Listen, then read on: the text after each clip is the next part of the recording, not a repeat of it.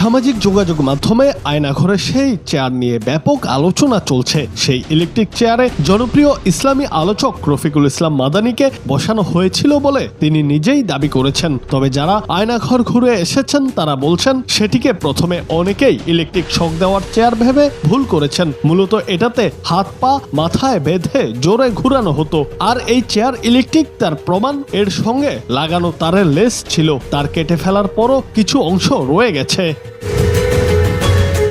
যেহেতু রিভলভিং চেয়ারের সঙ্গে সবাই পরিচিত না, তাই এটাকে অনেকেই ইলেকট্রিক শক দেওয়ার চেয়ার ভেবেছেন। জানা গেছে গুম কমিশন এই চেয়ারটা অনেক কষ্ট করে খুঁজে পেয়েছে। এটা লুকানো ছিল। কেউ কেউ বলছেন এটি ইলেকট্রিক চেয়ার না, এই চেয়ারে বসিয়ে ভুক্তভোগীকে শক দেওয়া হতো না। চেয়ারটি রিভলভিং চেয়ার, নিচে মোটর ফিট করা একটা ভিডিও সামাজিক যোগাযোগ মাধ্যমে ছড়িয়ে পড়েছে, যেখানে দেখা যায় চেয়ারটি ঘোরে। ভুক্তভোগীকে এই চেয়ারে বসিয়ে তার হাত পা আটকিয়ে মোটরের সাহায্যে ফ্যানের মতো ঘুরিয়ে শাস্তি দেওয়া হতো।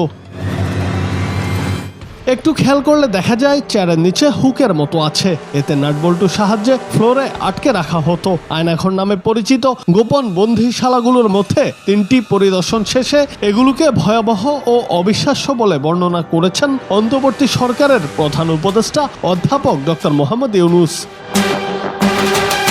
গত বুধবার জাতীয় ও আন্তর্জাতিক গণমাধ্যম কর্মী এবং বেশ কয়েকজন উপদেষ্টাকে সঙ্গে নিয়ে তিনি আয়নাঘর পরিদর্শন করেছেন। এ সময় বেশ কয়েকজন ভুক্তভোগীও ডক্টর ইউনূসের সঙ্গে ছিলেন। জুনায়েদ আহমেদ, বাংলা টিভি।